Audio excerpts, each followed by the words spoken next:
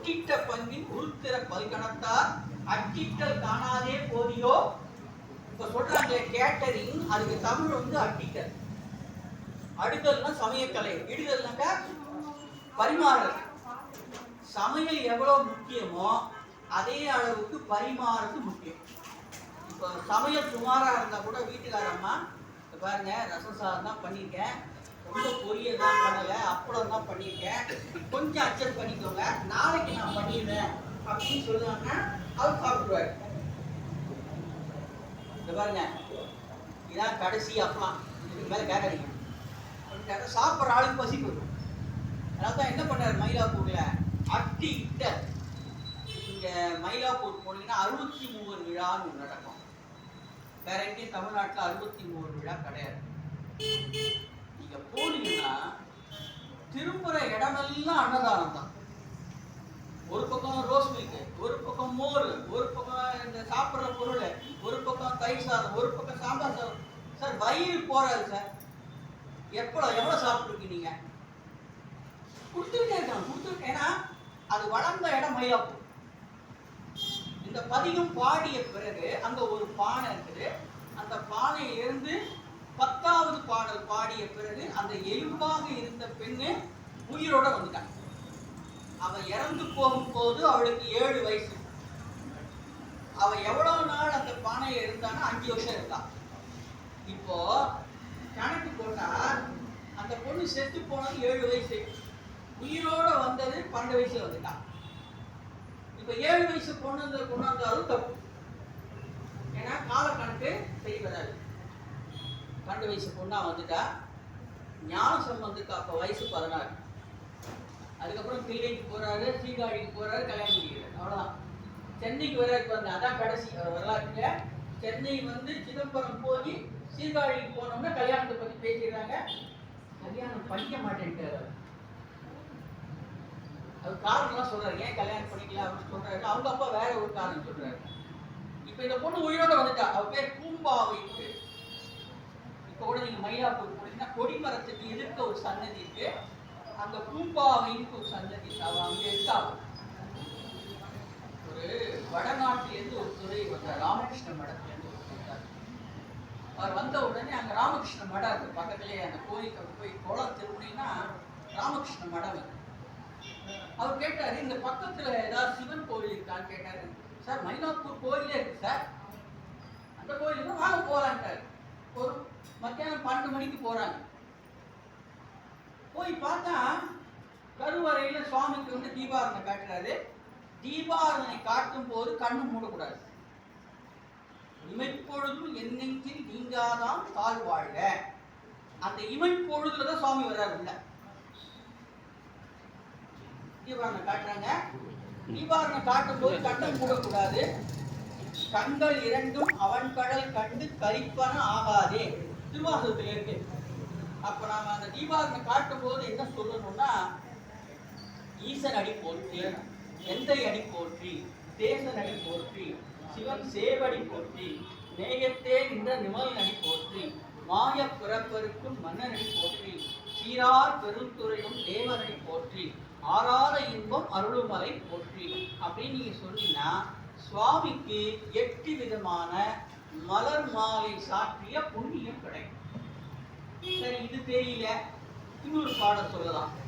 சாயங்காலம் விளக்கு ஏற்றும் போது இல்லக விளக்கது இருள் கெடுப்பது, சொல்லக விளக்கது ஜோதி உள்ளது, பல்லக விளக்கது பகலும் காண்பது, நல் அக விளக்கது. வெளிய விளக்கு எரியுது தெரியுது, உள்ள விளக்கு எரிய. அது எதனால எரியுது? நமச்சிவாயத்தால் எரியுதான். நீங்க நமச்சிவாயம் சொல்ல சொல்ல சுவாமி உள்ளேந்து குரல் கொடுக்குறாரு. நான் எங்கப்பா நான் வரேன் அப்படிங்கிறார். உள்ள சொல்ல சொல்லதான் அந்த இது தெரியும். நீங்க வெளியே பார்க்குற அத்தனை கோயிலும் உடம்புக்குள்ள. இதுதான் திருவாரூர், இதுதான் திருக்காலத்தி, இதுதான் சிதம்பரம், இதுதான் காசி, இதுதான் மதுரை, இதுதான் திருப்பெருந்துறை. எல்லா தலமும் எங்க இருக்குன்னா உடம்புல இருக்கு. எப்ப காட்டுவாங்க அப்படின்னா, அந்த ஆன்மா பக்குவம் பெற்ற பிறகு இந்த உலகத்தை விட்டு இறைவனோடு கலக்க வேண்டும் என்ற ஒரு நிலை கொடுக்கிறது. திருமுருகுன்றம் ஒரு தலம் இருக்கு. அதுக்கு பேர் வந்து விருதாச்சலம் பேர். அங்க வந்து அம்பாள் என்ன பண்ணுவாளாம், ஒரு ஆன்மா அதனுடைய உயிர் வந்து பிரிய போகுது, முடிவு காலம் வந்தாச்சு. இங்கேவா இருக்க முடியும்? வந்தோம் 50 வருஷம் 60 வருஷம் வாழறோம், 70 வயசு ஆயிரத்துக்கு அங்க போய் தானே ஆகணும். அந்த நிலை வந்தது. அந்த குழந்தை வந்து இறக்கும் நிலை வந்தோடனே அம்பாள் வந்து தினந்தோறும் அவர் அந்த அடியார் வந்து நமச்சிவான் சொன்னதுனால தன் மடியிலே அந்த குழந்தையை வைத்துக் கொண்டார். தினம் நமச்சிவாயன் சொல்லியிருக்கியே, அதுக்கு நாங்கள் ஏதாவது செய்யணும்ல அப்படின்னு சொல்லி, ஏன்னா அம்மையே அப்பா ஒப்பிலா மணியே அன்பினில் விளைந்த ஆரம்புதே. உண்மையே நமக்கு அப்பா அம்மா யாருன்னு அவர் தான். இந்த பிறகுல யாரு இவங்க. இதுக்கு முன்னால யாரு அப்பா அம்மா தெரியாது. கடவுள் செய்த ஒரு நல்ல விஷயம், போன பிறகுல நம்ம யாருங்கிறது தெரியாது. இப்போ நான் சொற்பொழி முடிச்சுட்டு போறேன்னு வச்சுக்கோங்களேன். முன்னெல்லாம் நாங்கள் பஸ்ஸில் தான் போவோம், இப்போல்லாம் ரேப்பிடோ வந்துட்டு போடுவோம். கோயம்பேடுல பஸ்ஸில் தான் போயிட்டு பஸ்ஸில் தான் வருவோம். நான் பஸ் ஸ்டாண்டில் நின்றுக்கிட்டு இருக்கேன், பஸ்ஸு வரல. ஒரு அம்மா அங்கேயே வராங்க, எனக்கு தெரியலையா உங்களுக்கு? தெரியலையம்மா. கோயிலில் பார்க்கலையா? பார்க்கலையே. நான் தான் போன ஜென்மத்தில் உங்களுக்கு கொண்டாட்டியா இருந்தேங்க. சாரி, நான் இந்த ஜென்மத்திலேயே எனக்கு நல்லவே கிடையாது. நீ போன ஜென்மெல்லாம் கொண்டு வந்துருச்சுங்க. அது யாருக்கு கொடுத்தாரு தெரியுமா? போன ஜென்மத்தினுடைய பெரிய புராணத்தில் 3 பேருக்கு முற்பிறப்பு ஞாபகம் உண்டு. அதில் ஒருத்தர் தான் அவர் பேசுகிறார். சண்டேஸ்வர நாயனருக்கு போன ஜென்மத்தோட பெரிய புராணத்தில் 3 அடியாருக்கு முற்பிறவி தெரியும். கோச்செங்க நாயனார், அதனால தான் கோயில் கட்டினார். இப்போ நமக்கெல்லாம் ஏன் கொடுக்கல அப்படின்னா, நீ இதுவே தேர மாட்டேன்னு அர்த்தம். நீ இதுலேருந்து மேலே வந்தே கஷ்டம். போன ஜென்மத்தை அவனை காமிச்சிருக்கீங்க. நீங்கள் விக்ரமாதித்தன் கதை படிச்சுப்பீங்க.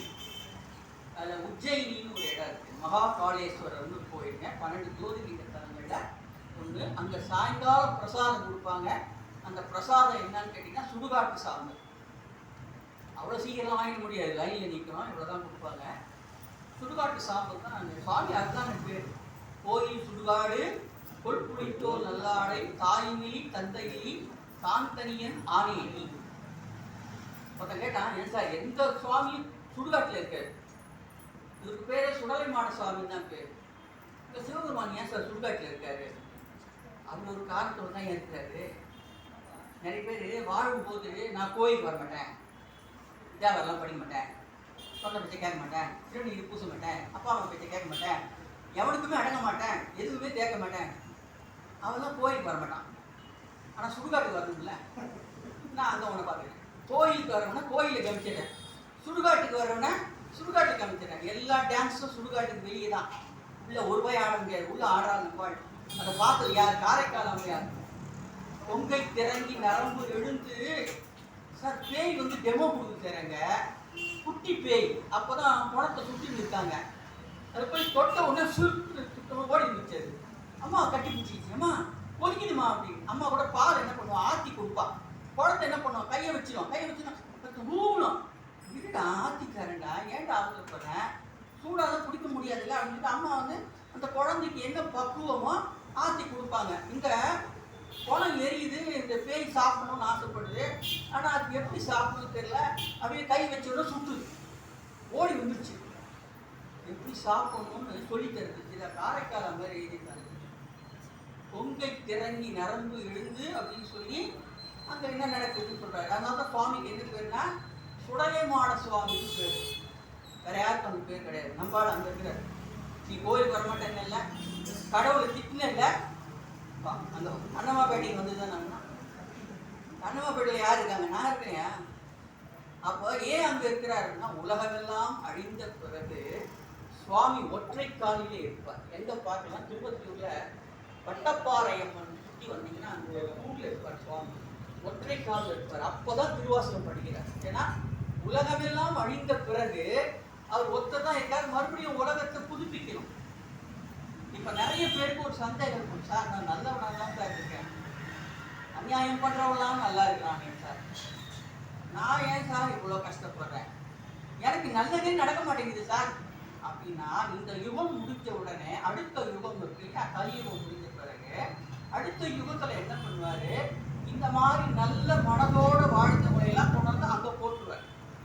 அப்போ உங்களுக்கு ஆயுசு 400 வருடம். ஒவ்வொருத்தரும் எவ்வளவு உயரம்னா 24 அடி இருப்பாங்க. 100க்கு 100 நல்லவங்களாவே இருப்பாங்க. அதுக்கப்புறம் குறையும். அவங்களுக்கு 300 வருஷம் ஆகிடு 18 அடியா குறையும். இப்படி குறைஞ்சு குறைஞ்சு இப்ப பாத்தீங்கன்னா 8 அடிங்கிறது தான் இந்த யுகத்துல 5 லட்சம் வருஷம். 5 லட்சம் வருஷத்துல இப்பதான் 5000 வருஷம் வந்துடும். இதுவே நமக்கு சில இதெல்லாம் தாங்க முடியல. ஐயோ சார் இந்த மாதிரிலாம் நடக்குதே அப்படின்னா விஷ்ணு புராணத்துல இதை பத்தி மிக விரிவாக சொல்லப்படும். எந்த விதமான உடை அணிவார்கள், மனிதர்கள் எப்படி இருப்பார்கள், நன்றியை மறப்பார்கள், தாய் தந்தையர் செய்ததை பெரிதாக எடுத்துக்கொள்ள மாட்டார்கள்.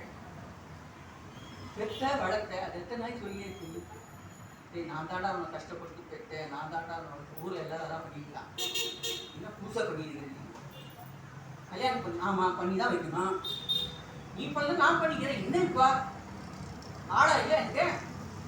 அப்ப என்ன ஆகுனா அந்த நன்றி மறந்த தன்மை விடும். நாம ரொம்ப வருத்தப்படுவோம், என்ன கஷ்டப்பட்டு வளர்த்த பிள்ளை இப்படி இருக்குத அப்படின்னா இந்த கலியுகம் அப்படிதான் இருக்கும்.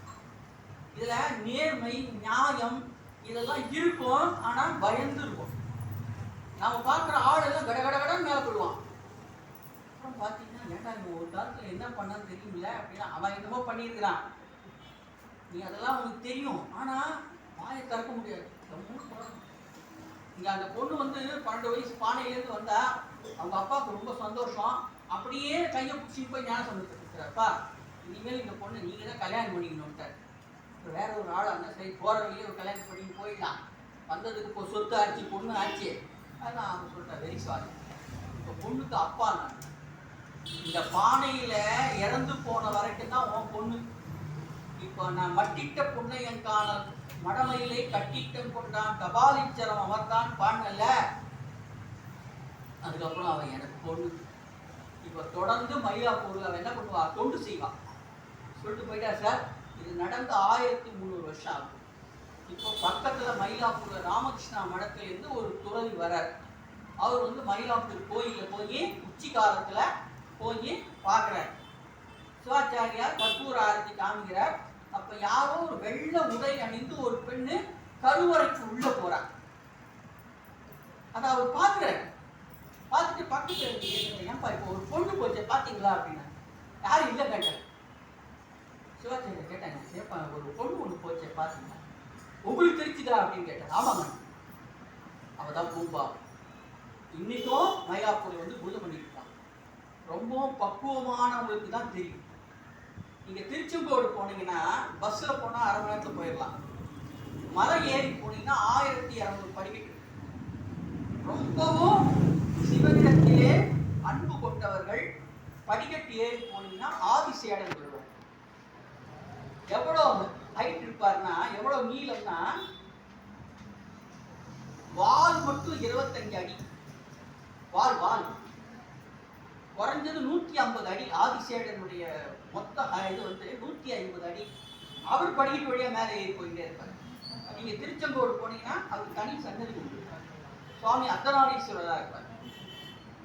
யாருக்காவது கல்யாணம் ஆகிட்டு கணவன் மனைவி ஒற்றுமை இல்லாம இருக்காங்க, இல்ல கணவன் மனைவி பிரிஞ்சு இருக்கிறாங்க, அவங்க ஒன்னா சேரணும்னா திருச்செங்கோடு தேவாரம் பண்ணணும். அங்கதான் அக்னிக்கு இதனையாம் என்று சொல்லும் அத்தறிவி உய்வினை நாடாதிருப்பதும் ஊனமென்றோ கைவினை செய்து எம்பிரான் கடல் போற்றும் நாமடியோ செய்வினை வந்து எமை தீட்டப் பெறா திருளிய லட்டம். அந்த ஜுரம் வந்தது அதுக்காக பாட்டார். அந்த தளத்தினுடைய தேவாரம் கணவன் மனைவி ஒற்றுமையாக இருப்பதற்கு படிக்க வேண்டிய தேவாரம்.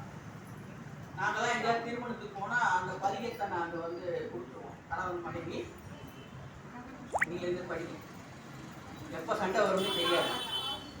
சண்டை வந்த பிறகு ஏன் வந்ததுங்கிறத விட முதலையே படிச்சு நான் அந்த பதிகத்தை நிறைய இடங்கள் கொடுத்துருக்கேன். அவங்க அந்த சைவ நெறியில நம்பிக்கை உடையவங்க படிப்பாங்க, இல்லைன்னா வாங்கி வச்சுப்பாங்க, அவ்வளவுதான். சார் நம்பிக்கை வந்ததான் பக்தி வரும். அந்த பொண்ணு எழுந்த பிறகு ஞான சம்பந்தர் உயிரோட வரவேற்று கொடுத்தார். இன்றைக்கும் மயிலாப்பூர்ல பூம்பாவை தினந்தோறும் வந்து சுவாமிக்கு கொடுத்தார். அதான் அவர் எழுதுறாரு. ராமகிருஷ்ண மடத்துல வந்த துறவி, அவருக்கு பூம்பாவைன்னு தெரியாது, யாரோ ஒரு பொண்ணு போறாங்கன்னு வரலாறு மையம். அப்போ நாம சில செய்திகளை ஓரளவு தெரிஞ்சிருப்போம், இன்னைக்கு நடக்குதுங்கிறது தெரியாது. நீங்க வள்ளிமலை போனீங்கன்னா மேல சுவாமி இருப்பாங்க, அந்த ஒரு மண்டபம் இருக்கும். ஒரு 100 படிக்கை போனா ஒரு மண்டபம் இருக்கும், இன்னொரு 100 படிக்கை போனா மண்டபம் இருக்கும். ஒரு இடத்துல மண்டபம் கட்டாம இருப்பாங்க. மொத்தம் 300 படிக்கை, ஒரே ஒரு இடத்துல மண்டபம் கட்டாம இருக்கும். ஏன் கட்டலை அப்படின்னாக்கா வாரியார் சுவாமிகள் எழுதுறாங்க, அந்த மண்டபம் கட்டலான்னு போது கீழே இருந்து புகை வந்து கல்லெல்லாம் எடுத்துட்டு பார்த்தா கீழே 12 முனிவர்கள் பூஜை பண்ணிட்டு இருக்காங்க. ஸோ அவங்க தொந்தரவு பண்ணக்கூடாது, அப்படியே மூடிட்டாங்க. அந்த இடம் மட்டும் க்ளோஸ் பண்ணாமல் இருக்கும், ஓப்பனாக இருக்கும். இன்றைக்கும் அங்கே 12 முனிவர்கள் பூஜை பண்ணுறாங்க. அப்போ நமக்கு தெரியல சார், நமக்கு வயசானா டிவியே தெரியல, இதெல்லாம் எங்க தெரிய போகுது? டிவியே தெரியலன்றதால கண்ணாடியே போடுறோம். நம்ம எதுக்கு கண்ணாடி போடுறோம்னா, இன்னும் கொஞ்சம் ஒரு 1/2 மணி நேரம் ஏதாவது சீக்கிரம் பார்க்க வேணாமா அப்படின்னு சொல்லி அதுக்கு தான் போடுறோம். இந்த டிவி வாங்குறத விட பயன்படுத்தலை அப்படின்னா ரொம்ப வருத்தப்படும் சார். ஒரு வீட்டில் காலையில் எடுத்தோம்னா கரண்ட் போயிடும், காலையில் வர வேண்டிய பால் வரக்கூடாது, கேஸ் தீர்ந்து போயிடும், வர வேண்டிய வேலை மாதிரி வரக்கூடாது. அந்த வீடியோ எப்படி கொடுத்துருக்காங்க போர்க்களமாயிடும், ஏன்னா மொத்தம் அப்செட் ஆயிடும். அதில் இன்னொரு வரலாறு வரலாறுன்னு சொல்லியிருக்காங்க. திருச்சிக்கு பக்கத்துல பாச்சிலாசிரமம் ஒரு இடம், அங்கே நடராஜர் ரொம்ப கேட்டோம். அந்த ஊர் அரசனுக்கு ஒரு பெண் இருக்கா. அவளுக்கு அந்த கல்யாண வயது வரும்போது உடம்பு சரியில்லாம போயிட்டு படுத்து படுக்கையா இருக்கா. கோமா ஸ்டேஜ்ல இருக்கா, உயிர் இருக்கும் ஆனா கை கால் செயல்படாது, அப்படியே படுத்து படுக்கையா இருப்பாங்க. கண்ணு தெரியாது, கால் கேட்காது, சாப்பிட முடியாது, ஆனா உயிர் மட்டும் இருக்கும். அப்படியே இருக்கா. அரசனுக்கு ஞானசம்பந்தர் வராரு தெரிஞ்சு போச்சு. அவர் கூப்பிட்டு வந்தாங்க. அந்த ஊருக்கு கூப்பிட்டு சுவாமி, இந்த மாதிரி என் பொண்ணுக்கு இந்த மாதிரி வியாதி இருக்கு, நமக்கு 3 விதமான வியாதிகள் இருக்கு. உடலினாலே நோய் வருகிறது, மனதினாலே நோய் வருகிறது, பிறவியினாலே நோய் வருகிறது. சார் அப்படி எல்லாம் இருக்கா சார் அப்படின்னா, பிறவிங்கிறது நோயிலே நமக்கு தெரியாது. புல்லாகி கூடாகி புழுவாகி பல்விருகமாகி பறவையாகி பாம்பாகி கல்லாய் மனிதராய் பேயாய் கணங்களாய் வல் அசுரராகி முனிவராய் தேவராய் எல்லா பிறப்பும் பிறந்து இழைத்தேன் அப்படின்னா போன ஜென்மம் நம்ம யாருன்னு காட்டுறது, அடுத்த ஜென்மம் யாருன்னு காட்டல. எப்போ காட்டுவார்னா கடைசியில உயிர் பிரியும் போது ஒரு சின்ன பிளாஷ்பேக் போகும். அப்போ நீங்க வாழ்ந்த 60 வருஷமும் கிட கிட கிட கிடன்னு ஓடும். அடுத்த ஒரு 10 செகண்ட் அடுத்த பிறகு நீங்க யாருன்னு காமிச்சு, அதுலதான் பயந்து போய் அவன் கத்த ஆரம்பிச்சிடான். யார் அருமையை நான் சொல்றாரு, அடித்து பிறக்க ஒட்டா ஐவேலம் கவியை எழுத்து பிழையற கற்கின்றே விழித்து புகழ கொண்டு வென்றுற்றால் கழுத்தில் சுருக்கிட்டு இழுக்கும் என்றோ கவி கற்கின்றதே. கந்தர் அந்தாதியோடு நான் படிக்கல சார், படிப்படி நாங்க படிக்கல. ஏன்னா பல பிறவியிலே புண்ணியம் செய்தால் தான் திருநீர் அணிய முடியும், பல பிறவியிலே புண்ணியம் செய்தால் தான் தேவாரம் படிக்க முடியும்.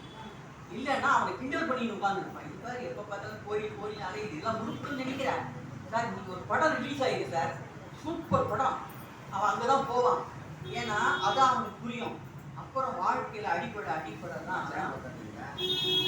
இதெல்லாம் நிலை இல்லை, நமக்கு ஒரு துன்பம் இருக்கு, அந்த துன்பத்தை நீக்கிக் கொள்ள வேண்டும். இப்ப கூட எதுக்கு கோயிலுக்கு போறாங்க தெரியுமா? கல்யாணம் ஆகலைன்னா எந்த கோயில் சார், கடன் அடைக்கணும்னா எந்த கோயில் சார் போகணும், வியாதி நீங்கணும்னா எந்த கோயில் சார் போகணும், ஒருத்தர் கேட்டா டைவர்ஸ் ஆகுனா எந்த கோயிலுக்கு போகணும், கோர்ட்டுக்கு போகணும், அதுக்கே என் கோயிலுக்கு போய் அதுதான் 2 லட்சம் பேர் உட்காந்துட்டாங்க. இப்ப அதிகமா பிழைக்கிறது வக்கீல், அதிகமா பிழைக்கிறது. நீங்க 30 லட்சம் ரூபாய் கொடுத்து கல்யாணம் பண்ணாலும் 6 மாசம் கூட கேரண்டி கிடையாது. வக்கீலே கேட்டாரு, சார் கல்யாணம் ஆகி 1 வருஷம் ஆச்சு சார், இன்னும் இவ்வளவு லேட்டா வரீங்க, 6 மாசத்துல வந்துருக்கணும் சார். நீங்க ஒருத்தருக்கு குழந்தைக்கு அட்மிஷனுக்காக ஒரு ஸ்கூலுக்கு அப்ளிகேஷன் வாங்குறதுக்கு போனார். அந்த பிறந்த குழந்தை 1 வயசு ஆகுது, இன்னும் 1.5 வருஷம் கழிச்சு தான் ஸ்கூல்ல சேர்க்க போறோம். அதுக்கு அப்ளிகேஷன் போனார். சார் இந்த மாதிரி என் குழந்தை, என்ன சார் இவ்வளவு லேட்டா வரீங்கன்னா, 1 வயசு தான் சார், நீங்க ஹாஸ்பிட்டல் சேர்த்தவொடனே வந்துருக்கு சார். இப்பெல்லாம் ஹாஸ்பிட்டலில் அந்த லேபர் வார்டில் சேர்க்குறீங்களா, நாளைக்கு காத்தால குழந்தை அங்கே அப்பயே வந்துடுவான். இவ்வளோ லேட்டாக வரீங்களேங்கிறான். 1 வருஷம் குழந்தைய லேட்டுட்டான். ஏன்னா இப்போ காலம் வந்து வேகமாக ஓடிட்டு இருக்குது. இப்போ வந்து உங்களுக்கு வந்து லைஃப் ஸ்பேன்ங்கிறது எப்படின்னா ரொம்ப குறைச்சல். அது ஆரோக்கியமாக எவ்வளோ நாள் இருக்கும்னு தெரியாது. நீங்கள் ஆரோக்கியமாக இருக்கிறனால தான் சந்தோஷமாக இருப்பீங்க, வியாதியோடு இருக்கிறனால தான் கவலையோடு இருப்பீங்க. இன்னைக்கு நல்லா 2 வேளை சாப்பிட்டீங்க சார், நீங்கள் நைட் நல்லா தூங்கிட்டீங்கன்னா நீங்கள் கொடுத்து வச்ச கோடீஸ்வரன். தூக்கமும் வரல, சாப்பாடும் வரல, பைத்தியமும் குடிக்கல அப்படின்னா ரொம்ப கஷ்டம்.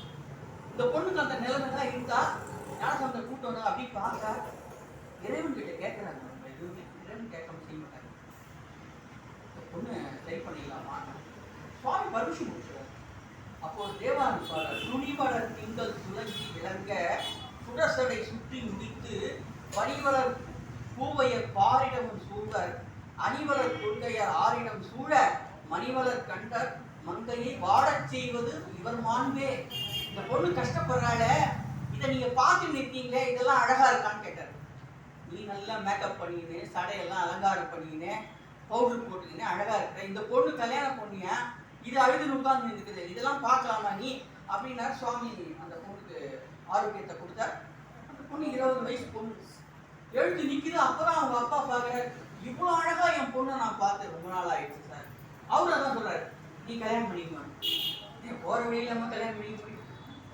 அந்த பொண்ணு வந்து சிவனுக்கு தொண்டு செய்யறதுக்காக வந்துட்டா. இதெல்லாம் வந்து என்னன்னா நமக்கு கொடுக்கப்பட்ட மந்திரங்கள். நீங்க தினந்தோறும் திருமுறை படிச்சீங்கன்னா அந்த திருமுறைக்கு மந்திர ஆற்றல், அந்த சொற்கள் வந்து மந்திர சொற்கள். அந்த சொற்கள் என்ன பண்ணும்னா முதல்ல உங்களை குணமாகும், அப்புறம் வீட்டில் இருக்கிற பிரச்சனையை தீர்த்து வைக்கும். ஒரு பெரிய பணக்காரர் கோயிலுக்கு போறார், அங்க ஒரு ஓதுவார் தேவாரம் பாடிட்டு இருக்கார். அவருக்கு கண்ணு தெரியாது. அவர் தேவாரம் பாடுறதுக்கு முன்னால வெத்தலை பாக்கு பொட்டியிலேருந்து கொஞ்சம் வெத்தலையை எடுத்து ஒரு பாக்கு எடுத்து போட்டுன்னு சாப்பிடுவார். அந்த காலத்துல ஒரு வழக்கம் இருக்கு, வெத்தலை பொட்டினா பாடுறவங்களுக்கு ஒரு உற்சாகம். அந்த வெத்தலை பொட்டியில ஒரு சின்ன சிவலிங்கம் ஒண்ணு இருக்குது. இவருக்கு கண்ணு தெரியாதனால என்ன பண்ணுவாரு, வெத்தலையை போடும்போது வெத்தலையை சாப்பிடுவாரு, ஆனா பாக்கு எடுக்கும்போது சிவலிங்கத்தை எடுத்து கடிச்சிடுவாரு. கடிச்ச உடனே அவரு தான் தப்பு பண்றோம் தெரியும். கண்ணு தெரியாதனால தானே இந்த மாதிரி பண்ணிக்கிட்டு இருக்கோம், இந்த சிவலிங்கத்தை கடிக்கிறவன் எவ்வளவு பெரிய தப்பு அப்படின்னு சொல்லி அழுவார். அந்த நேரம் அந்த பணக்காரர் வந்தார். ஏன் சுவாமி அழறீங்க, நான் தேவாரம் படிக்கிறேன், அப்போ கொஞ்சம் வெத்தலை போடுவேன், அந்த பாக்கு அந்த சிவலிங்கத்தை எடுத்து கடிக்கிறேன், தினந்தோறும் இந்த தப்பு பண்றேன், என்ன சுவாமி எடுத்துப்பாரான்னு தெரியல, நான் தெரியாம கண்ணு தெரியாம தான் சார் நடக்குது. நீங்க கவலைப்படாதீங்க சார், அந்த சிவலிங்கத்தை என்கிட்ட கொடுத்துருவேன், நான் வீட்டில் பூஜை வச்சிருக்கேன், அங்கே போய் நான் காலத்துக்கும் பூஜை பண்ணிக்கிறேன்.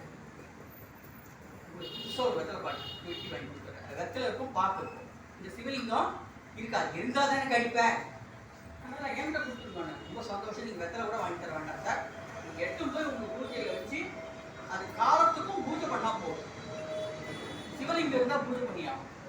நம்ம ஒரு லெவலுக்கு மேலே போகலை. திருநீர் அணியதும் நமச்சிவாயம் சொல்றது தான் ஆரம்ப நிலை. அதுக்கப்புறம் நிலைகள்லாம் இருக்கு, மந்திரங்கள்லாம் மாறும். பணக்காரன் சொல்லிட்டாரு, 3 நாள் ஆச்சு. பணக்காரன் சிவலிங்கத்தை உணர்ந்தாரு விட்டேன், சுவாமி உங்கள்கிட்ட கொடுக்க சொல்லிட்டார். சுவாமி கிட்ட என்ன காட்சின்னு, நேற்று ராத்திரி கனவுல சிவபெருமான் வந்தார், என்னால் இங்கே இருக்க முடியல, ரொம்ப கஷ்டமா இருக்கு, எடுத்து போய் ஓதுவார்கிட்ட கொடுத்துட்டு விட்டாரு. நான் கேட்டேன், ஏங்க எவ்வளோ பெரிய பூஜை ரூமு, சிவாச்சாரியாரே வந்து பூஜை பண்றாரு, தினம் அபிஷேகம் பண்றோம், மலர் மாலையெல்லாம் வாங்கி சாப்பிட்றோம், என்னங்க போற அப்படின்னாரு. எனக்கு ஜெயில் மாதிரி இருக்கு சார், என்னால் முடியல, மரியாதைக்கு வந்து கொடுத்துட்டார். சிவபெருமான் சொன்ன பிறகு நான் வச்சுக்கேன் சார், நீங்க தான் வச்சுக்கோங்க சார், நான் வேணா கடிக்கிறேன், கடிச்சாலும் உங்ககிட்ட தான் இருப்பாரு. இவர்கிட்ட வந்த உடனே இவர் கேட்கிறாரு, சாமி நான் தான் தினம் கடிக்கிறேன்னு என்கிட்ட எதுக்கு வந்தீங்கன்னு கேட்டார். கணவர் சொன்னாரு, நீ தினந்தோறும் தேவாரம் பாடுறப்ப அந்த எச்சில் படணும், அதுக்காக நீ ஒவ்வொரு முறையும் பாக்கு எடுக்கும்போது தள்ளி விட்டு நான் வேணுட்டே உன் கையில வருவேன், நீ நாக்கில் வைப்பல அந்த எச்சில்.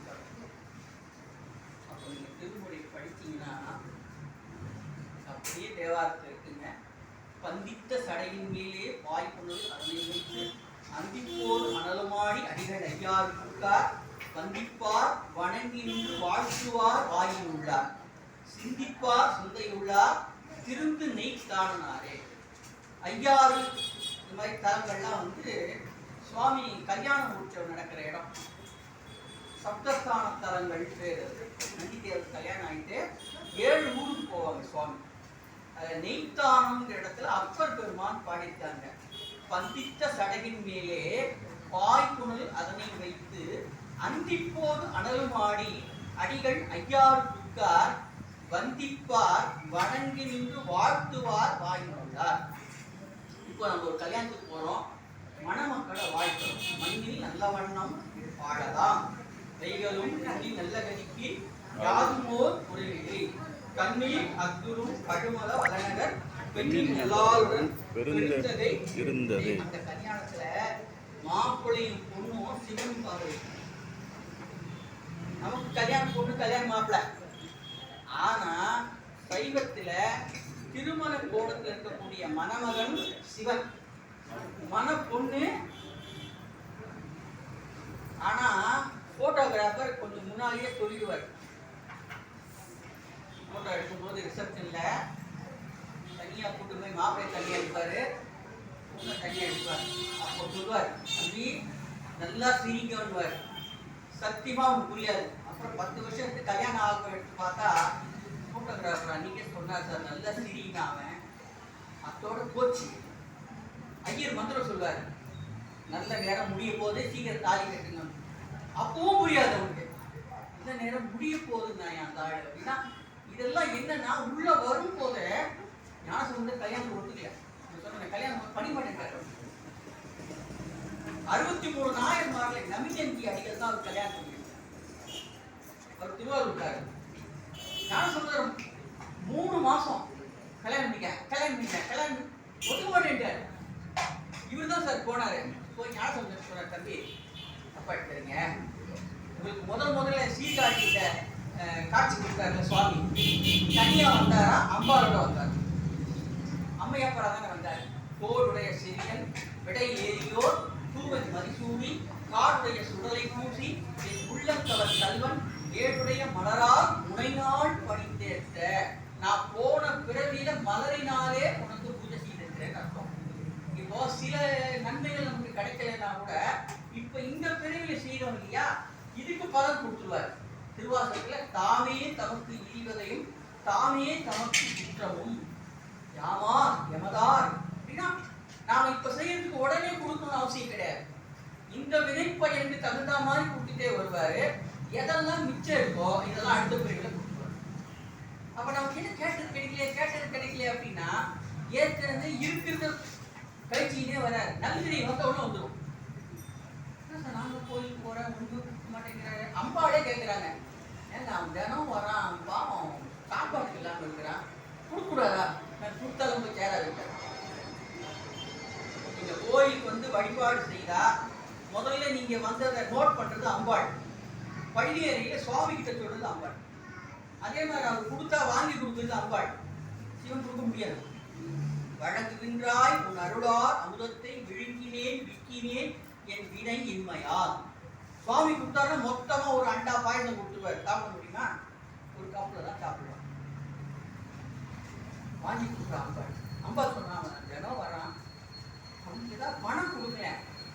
அம்மா கொடுத்தாலும் போய் சேராதுமா அப்படின்னா, நீங்க கொடுங்க நான் பாத்துக்கிறேன்ட்டா. அவன் வரான், அந்த தெரு முனையில வந்துட்டு இருக்கான். ஒரு 1000 ரூபாய் பொற்காசு எடுத்து ஒரு பணம் மூட்டையா போட்டு இப்ப அவன் வர வழியிலேயே போடுறேன். நீ இருக்கிற நான் இருக்கிறேன். அவன் கண் முன்னாலதான் காசு இருக்குது, எடுத்துக்கிட்டு வந்துட்டான். பைத்தியக்காரன் யாராவது கண்ணு முன்னால காசு இருந்தா எடுக்காம போவானா? சார் வெயில் காலத்துல நீங்க போனீங்கன்னா தூரத்துல ஒரு வெள்ளி மினுமினுக்கிற மாதிரி தெரியும். அது போனா சோடா முடியும் அப்புறம் தான் தெரியும். நமக்கு தெரிஞ்சா வெள்ளி காசு போடுது, இல்லை வெள்ளி குடிசை எவனா போட்டு போட்டான் போகுது அப்படி நான் கிட்ட போனா அது வந்து சோடா முடியாது. அப்ப கண் முன்னால காசு இருக்கா எடுக்க மாட்டான். பாரு நீ கேட்ட நான் கொடுத்துட்டேன். அவனுக்கு போய் சேராதுங்கிறது எனக்கு தெரியும். நீ நாளைக்கு என்ன பழி சொல்லக்கூடாது. அங்க இங்க வரான் அப்ப எடுத்துப்பான் கண்ணு தெரியுமா அவனுக்கு ஏன்னா பாருங்க அவன் அது வரைக்கும் ஒழுங்கா வந்தான் சார். வழியில ஒருத்தன் கிராஸ் பண்ணிட்டு போனான், அவனுக்கு கண்ணு தெரியாது. அவன் வாழ்நாள் முழுக்க கண்ணு தெரியாம இருக்கானே, நாம ஒரு 5 நிமிஷம் கண்ணை முட்டிட்டு போனா எப்படி இருக்கும்னு நினைச்சு வந்தா பாருங்க அந்த மூட்டையை கிராஸ் பண்ணிட்டு போயிட்டான். அவன் கண்ணை திறந்து வந்தா மூட்டை வந்துருப்பான், மூட்டையை அவன் திரும்பிட்டான். ரொம்ப சிரிச்சாங்க. நீங்க சொன்னது கரெக்டு தான். யாருக்கு எப்போ எது கிடைக்குமோ அப்போதான் கிடைக்கும், கொடுத்தா கூட கிடைக்காது. ஏன்னா வினை பயன் இல்லை, நல்வினை பயன் தீவினை. இப்போ நம்ம ஒரு செயல் செய்யறோம் வச்சுக்கோங்க, இந்த கையினால ஒருத்தருக்கு 100 ரூபாய் தானம் கொடுக்குறோம் நல்வினை. இதே கையால ஒருத்தர் அடிச்சுட்டு வச்சுக்கோங்க, அது தீவினை. இந்த பேசுற சொற்கள் இருக்கு பாருங்க, இது நல்ல சொற்களை சொன்னால் நல்வினை, கெட்ட சொற்களை சொன்னா தீவினை. நல்லதையும் சொல்ல முடியும், தீயதையும் சொல்ல முடியும். மனசுல நினைக்கிறோம் பாருங்க, ஜவுளுக்குமே தெரியாது. ஒரு கண்ணன் கிட்ட ஒரு அடியார் கேட்கிறாரு, ரொம்ப நாளா அவர் எதுவுமே கேட்கல. கண்ணன், நாப்பா நீ எதுவுமே கேட்க மாட்டேங்கிறிய, ஏதாவது கேளியா அப்படின்னாரு. இல்ல கேட்கலாம், நீங்க கொடுப்பீங்களான்னு தெரியல, கொடுக்குறேன்.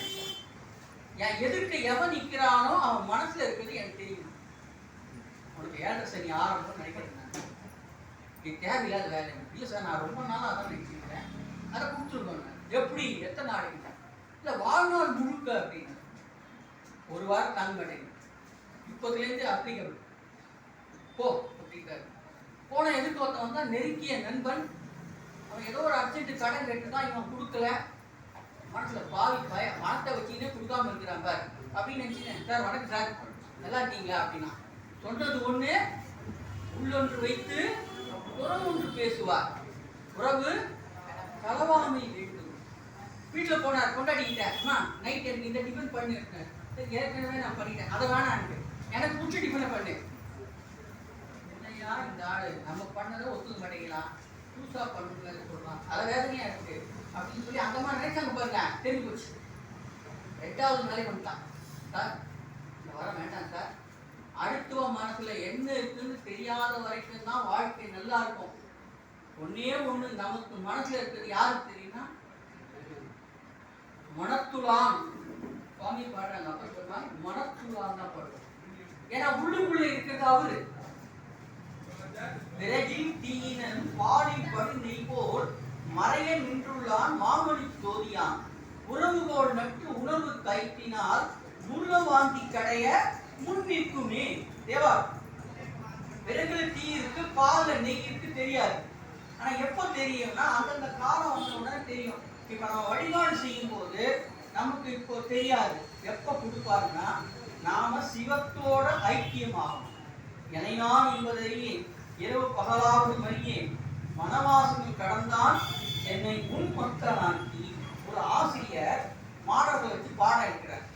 அப்போ சொல்றாரு, இப்போ நம்ம எல்லாம் விழிப்பு நிலையில இருக்கோம், தூக்கத்துல நம்ம நமச்சிவாயம் சொல்றோமான்னு நமக்கு தெரியாது. ஆனா அப்படி சொன்னா நம்ம நல்ல சிவத்தோட ஒன்றி இருக்கும் அப்படின்னாரு. மாணவன் கேட்டா, நீங்க சொல்றீங்களா சார் அப்படின்னா. நீங்க சொல்றீங்களா அப்படின்னு கேட்டான். அதுக்குதான் இன்னைக்கு ராத்திரி என்ன பண்ண போறேன்னாக்கா, யாராவது ஒரு மாணவன் தூங்கக்கூடாது, நான் சீக்கிரம் படுத்துருவேன். சரியா 12 மணிக்கு ஒரு கொம்பை எடுத்து நல்லா நடு முதுகுல 3 வாட்டி அடிக்கணும். அது யாராவது செய்றீங்களான்னு கேட்டா அத்தனை பேர் கைக்கிட்டான். ஏன்னா அவ்வளவு நாள் வாத்தியார் அடிச்சு உதவாங்க, வாத்தியார் அடிக்கிட்டு கொம்பு அவரே தராரு. சார் நான் வரேன் சார். அப்புறம் சீட்டு குளிக்கு போட்டு ஒரு ஆள் எடுத்தான். ராத்திரி 12 மணிக்கு மறக்கக்கூடாது, நல்லா நடு முதுகுல. சார் நீங்க சொல்லவே வேண்டாம் சார், நான் ரொம்ப நாளாக நினைச்சிருந்து தான் சொல்லிட்டு நானே கொம்பு எடுத்து வரேன்ட்டான். போய் அப்பெல்லாம் எடுத்தோம்னா அவர் சாப்பிட்டு படுத்தாரு. முந்தா ராத்திரி 12 மணிக்கு நடு முதுகுல வச்சான் பாருங்க. அவன் அடிச்ச அடியில பக்கத்துல இருக்கலாம் எடுத்தான். அவர் எழுந்து நமச்சிவாயம் சொன்னார். உறக்கத்தில் கூட நமச்சிவாயத்தோட இருக்கார். இப்ப நம்மள எழுதுன்னு வச்சுக்கீங்களேன், கரண்ட் போயிடுச்சான்னு இருக்கும். ஏன்னா நமக்கு என்ன பயம்னா, ஏசி போயிடுச்சுன்னா, கரண்ட் போயிடுச்சுன்னா, அப்படியே உலக நினைவுல தான் இருக்கும். நம்ம அவ்வளோ சிவ நினைவுலாம் கிடையாதுங்க. அப்படிலாம் இருந்துட்டா கதை வேற. அப்போ உறக்க நிலையில அப்படிதான், விழிப்பு நிலையில அப்படிதான் இருக்கும். கொஞ்சம் கொஞ்சம் என்ன ஆகும், வேற வழியிலே வந்துட்டேயா, வேற ஆள் இல்லையா, யாருக்கிட்டயா சொல்ல முடியும் அப்படின்னு சொல்லும்போது கொஞ்சம் நம்மளை நம்புறான், கொடுத்துரும். அந்த நம்பிக்கை தான் அவர்கிட்ட போய் சேர்க்கும். நீங்க திருநீர் அணிங்க எல்லாம் சொல்றீங்க, ஆனா நம்பல அப்படின்னா வழிபாடு பயன் கிடையாது. இதுல காலையில கோயிலுக்கு வரும்போது ஒரு பயன் கிடைக்குது, உச்சி காலத்துல ஒரு பயன் கிடைக்குது, சாயரட்ச வேலையில ஒரு பயன் கிடைக்குது, பள்ளியறை பூஜையில ஒரு பயன் கிடைக்குது. காலையில வந்து வழிபாடு செய்தால் நோய்கள் நீங்கும். அப்பர் பெருமானுக்கு அந்த சூளை நோய் நீங்கிய இடம் விடியற்காலை. அவர் நாளைக்கு பேசுறாரு, விடியற்காலை நேரத்துல தான் அவருக்கு வந்து நோய் நீங்கியது. உச்சி காலத்துல இறைவனோடு ஒடுங்கும் காலமாக இருப்பதனால உங்களுக்கு பசியினாலே வரும் துன்பங்கள் வராது. உச்சி கால பூஜை எங்க பார்க்கணும்? திருவானைக்காவல பார்க்கணும். அம்பாள் சிவபூஜை செய்யறதுனால சிவாச்சாரியார் பட்டு புடவை கட்டின்னு வந்து பண்ணுவார். வேற எங்கேயும் நீ உச்சி கால பூஜை அந்த மாதிரிலாம் பார்க்கணும் முடியாது. ஆனால் உட்கார வச்சிடுறாங்க, உட்கார வச்சு. ஆனால் பார்த்துருக்கேன், திருச்சியில நீங்க எந்த கோயிலுக்கு போனாலும் சிவனடியார்கள் திருமுறை இல்லாமல் வரமாட்டார்கள். கோயிலுக்கு போனா தேவாரத்தோட தான் போவாங்க, கோயில் படிச்சுட்டு வருவாங்க. அது தவிர அவங்களுக்கு எதுவுமே தெரியாது. நம்ம நிலை வேற, அவங்க நிலை வேற. அங்க நான் கத்துக்கிட்டேன், நிறைய விஷயங்கள் கத்துக்கிட்டேன். அதே மாதிரி சாயரட்ச பூஜை வந்து திருவாரூர்ல விசேஷம். இந்திரன் வந்து செய்வதனால நாங்கள் 5:30 மணிக்கெல்லாம் போனாதான் இடம் கிடைக்கும். நாங்கள் 5:30 மணிக்கு போனோம், ரொம்ப நல்லா இருந்தது. இந்திரன் போல வேடமணிந்து சிவாச்சாரியார் அது பூஜை செய்வார். அதுக்கப்புறம் வந்து வாசல் வரைக்கும் வழி அனுப்புவாங்க. இது ஒரு சம்பிரதாயம் திருவாரூர்ல இருக்கு. பள்ளியறை பூஜைங்கிறது சிதம்பரத்தை பார்க்கணும். ஏன் சிதம்பரத்தை பார்க்கணும் அப்படின்னாக்கா, இப்போ நம்ம உலகத்துல எவ்வளவோ சிவன் கோவில் இருக்கு. இப்போ நம்ம ஆதம்பாக்கத்தில் இருக்கோம், இங்கே ஒரு சிவன் கோவில் இருக்கு, மயிலாப்பூர்ல இருக்கு, திருவாரூர்ல இருக்கு, பல இடங்கள்ல இருக்கு. இந்த சிவமூர்த்தங்கள் எல்லாம் பள்ளியறை பூஜை முடிஞ்ச உடனே எங்க போய் சேரும்னா சிதம்பரத்துல போய் சேரும். அப்ப சிதம்பரத்துல போய் ஒருத்தர் பள்ளியறை பூஜை பார்த்துட்டாரு அப்படின்னா உலகத்துல இருக்க எல்லா சிவன் கோயிலையும் ஒரே நேரத்துல வழிபட்ட பயன் கிடைக்கும். சொன்னாங்க, இதான் சார் பெஸ்ட், இந்த கோயிலுக்கு போங்க, அந்த கோயிலுக்கு போங்க. ஒரே கோயிலுக்கு போனா எல்லா பிரச்சனையும் தீர்ந்து. அது மாதிரி கோயிலுக்கு விசேஷம் உண்டு. எந்த காலத்திலே வழிபாடு செய்கிறோம், எந்த திசையிலே வழிபாடு செய்கிறோம், எந்த ஆசனத்தில் வழிபாடு செய்கிறோம், எந்த மாலையை அணிந்து கொண்டு செய்கிறோம். இப்போ நமச்சிவாயத்தை வீட்டில் சொல்றோம் சார், அதுக்கு 1 மார்க் தான். இதே பசு இருக்க போய் சொல்றீங்க, ஒரே ஒரு முறை நமச்சிவாயம் சொன்னா 1000 முறை சொன்னதுக்கு அர்த்தம். இதே முனிவர்களுடைய ஆசிரமம் இல்ல சமாதியில போய் சொல்றீங்க, 50,000 முறை சொன்னதுக்கு சமம். ஒரு சிவன் கோயில வந்து சொல்றீங்க, 1,00,000 முறை சொன்னதுக்கு சமம். அப்ப சொல்ற இடத்துக்கு தகுந்த மாதிரி வேறுபடுது. இப்ப நம்ம வீட்டுல படம் பார்க்கிறோம், அதே தியேட்டர்ல போய் பார்த்தா அது மாதிரி வருமா?